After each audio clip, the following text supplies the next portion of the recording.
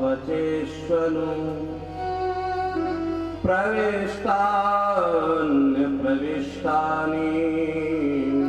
तथा ते सुनतेष्वहम्। बोले इस पृथ्वी को जो बनाया है भगवान ने, वो पहले 5 तत्व उत्पन्न किए कि एतावदेव जिज्ञासं तत्व जिज्ञासुनात्मनः अन्वय व्यतिरेकाभ्याम यत् सर्वत्र सर्वदा। और वो परमात्मा क्या है?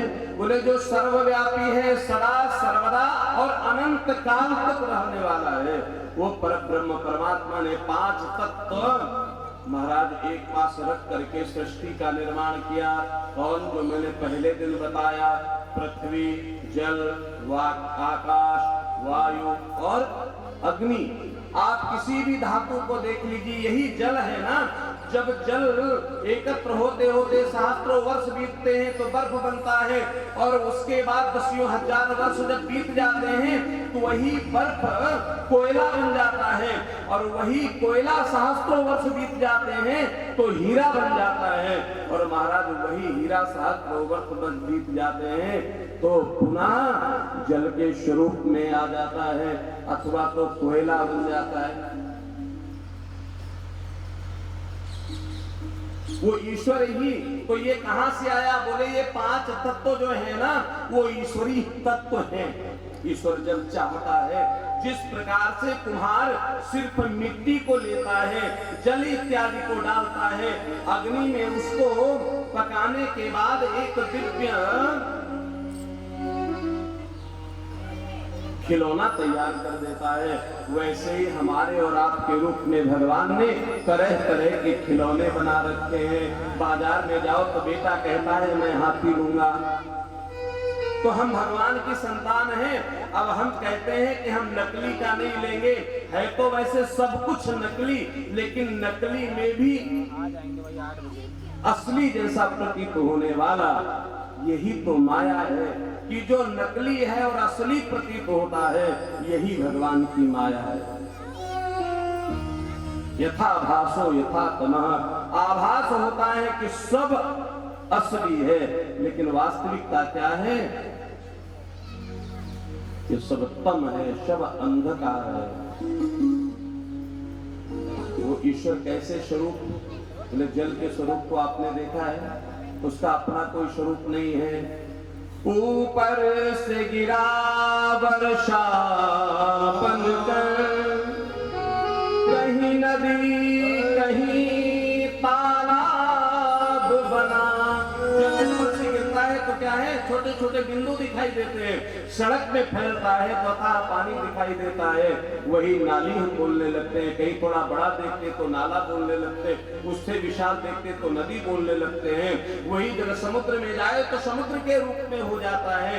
लेकिन कहने का तात्पर्य है, वैसे ही परमात्मा विराट है, परमात्मा विशाल है, परमात्मा अनंत है। लेकिन कहीं हाथी चींटी सिंह बना, तेरे रूप अनेक तू एक ही है, तेरे रूप अनेक तू एक ही है।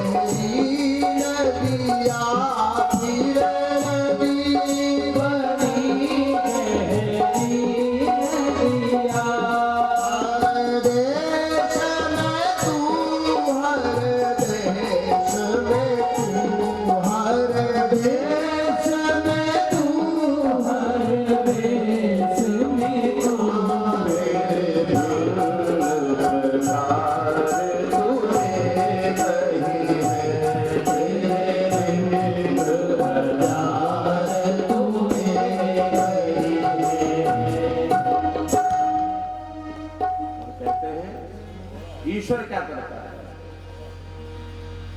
ईश्वर तरह तरह के रूप और स्वरूप को धारण कर लेता है। किसी रूप में हाथी बन जाता है, किसी रूप में चींटी बन जाता है, कहीं मच्छर बन जाता है, कहीं मक्खी बन जाता है। वो विराट से विराट है और विशाल से विशाल है महाराज। अड़ोर अणियान महतो महीयान, वो छोटे से छोटा है और विराट से विराट है।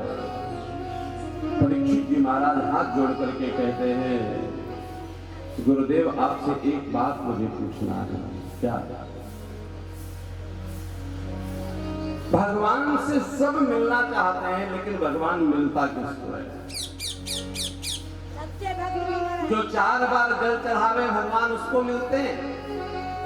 जो 1000 बार परिक्रमा करे उसको मिलते हैं? क्या जो 100 बार स्नान करे उसको मिलते हैं? बोले 100 बार स्नान करने वाले को अगर भगवान मिलते तो सबसे पहले किसको मिलते? बोले मछली को मिल जाते, अनवरत जल में ही रहती है। मगर को मिल जाते, अनवरत जल में ही रहता है। बोले फिर लगातार परिक्रमा लगाने से भगवान मिलते हैं? तो बोले जो बैल कोल्हू के आसपास घूमते रहते हैं, गन्ने को के रस को निकालने के लिए बार बार घूमते रहते हैं, तो फिर भगवान उनको पहले मिल जाते। तो बोले जो सुबह से लेके शाम तक पूजन करते हैं, वंदन करते हैं, भगवान उनको मिलते। तो बोले फिर तो पुजारी जी को रोज चतुर्भुज रूप में दर्शन दिया करते।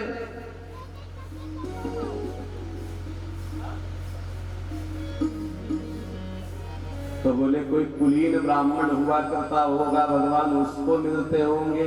बोले अगर उसको मिलना होता तो फिर रावण का वध करने के लिए नहीं आते, वो बड़ा विद्वान था।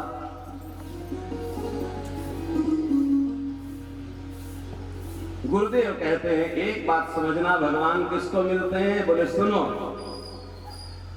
व्याधस्याचरणं ध्रुवस्य च वयो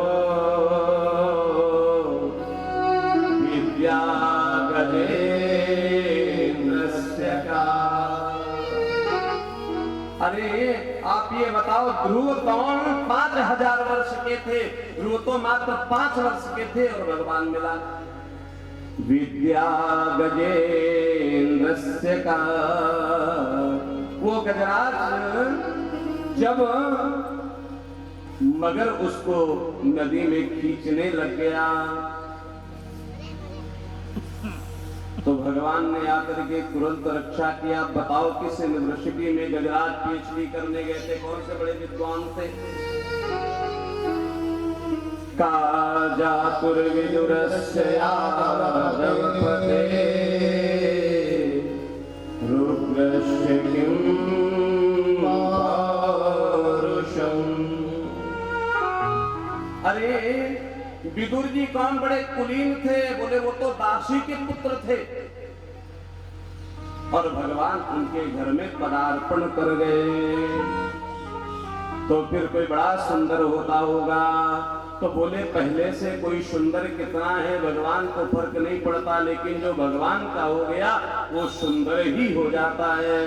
तो बोले कुब्जाया किमुतंत्ररूपमधिकं किं तत्सुधामनोधरम् भक्त्या तुष्यते केवलं परमया भक्ति प्रिय माधवः। जो भगवान का भक्त होता है